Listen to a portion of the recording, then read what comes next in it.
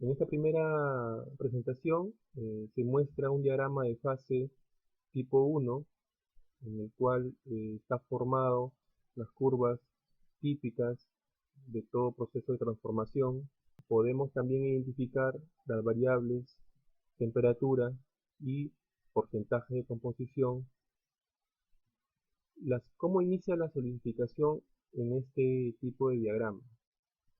Para ello hay que considerar un porcentaje del elemento aliante B para poder analizar el comportamiento de solidificación de la aleación. Por ejemplo, vamos a elegir una aleación del 40% de B. Entonces la línea que vamos a dibujar va a ser a la altura de 40% de B proyectada verticalmente. Entonces vamos a analizar esta aleación y su comportamiento durante el proceso de solidificación. En el punto 1, en la fase líquida; el punto 2, en la intersección con la curva líquidos; el punto 3, en la región de transformación de la solidificación; el punto 4, en la intersección con la curva sólidos; y el punto 5, en la fase sólida.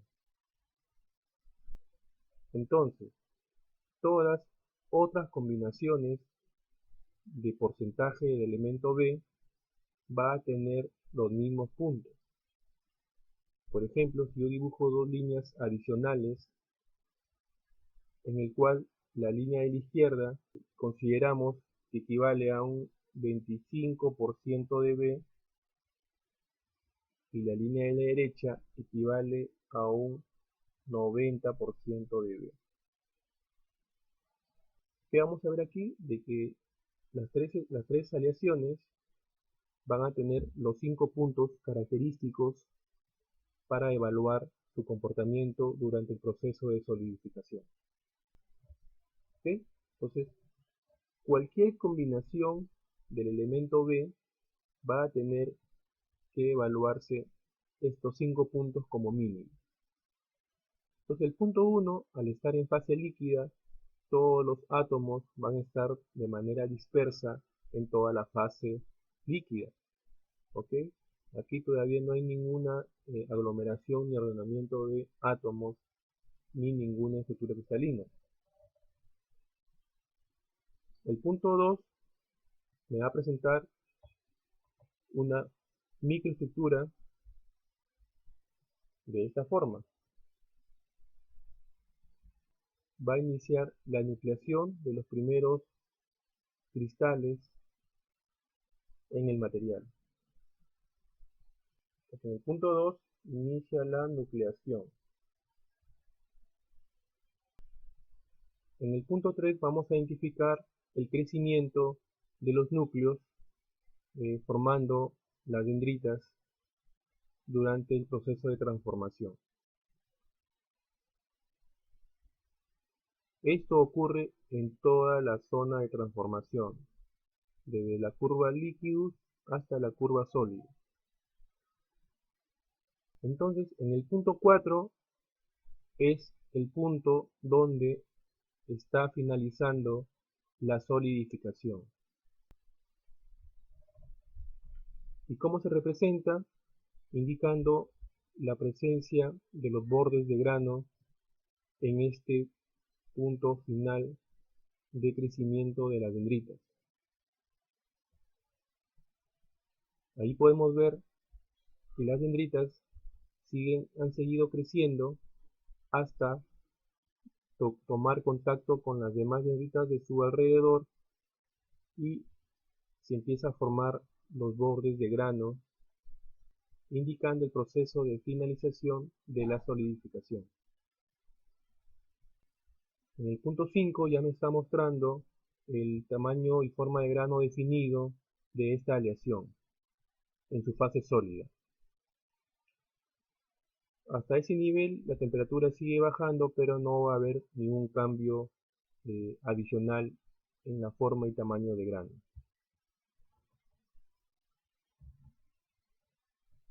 Estos 5 puntos o 5 pasos va a suceder para cualquier cambio del porcentaje de aleación del elemento B. ¿Cuál es la diferencia entre una y otra?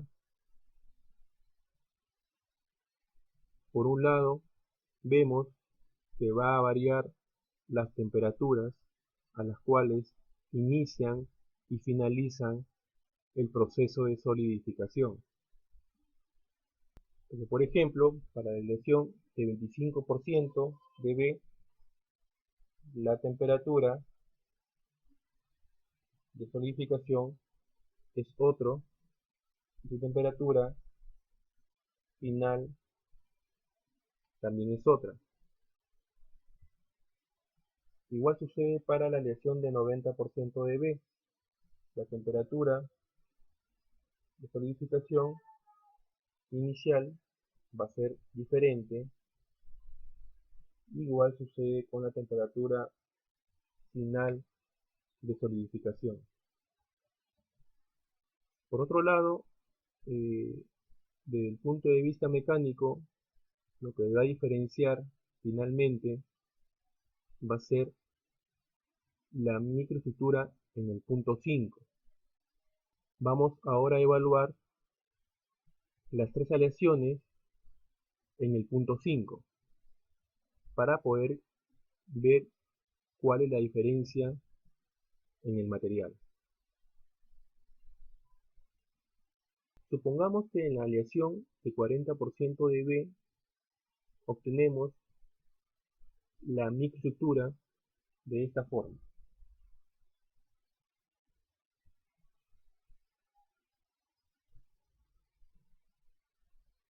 Ese achurado que le acabo de insertar es un acabado final en el punto 5 de la aleación 40% de B.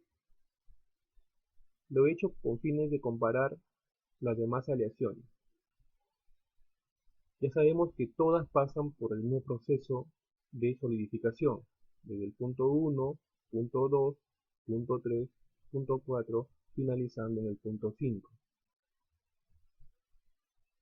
Entonces, en el punto 5, por ejemplo, para la aleación de 25% de B, vamos a dibujar la microestructura. Y para la aleación con 90% de B, vamos también a dibujar su microestructura en el punto 5. Como podemos darnos cuenta, la microestructura presenta una forma un poco diferente una de otra. La microestructura de la aleación 25% de B presenta una fase sin mucho achurado. La aleación de 40% de B presenta una microestructura con un achurado intermedio, y la aleación con 90% de B presenta los granos con un achurado en mayor cantidad.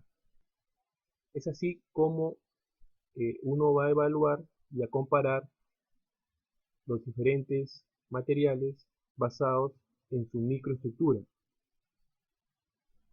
Supongamos que el elemento A es un elemento muy dúctil y el elemento B es un material de alta resistencia mecánica.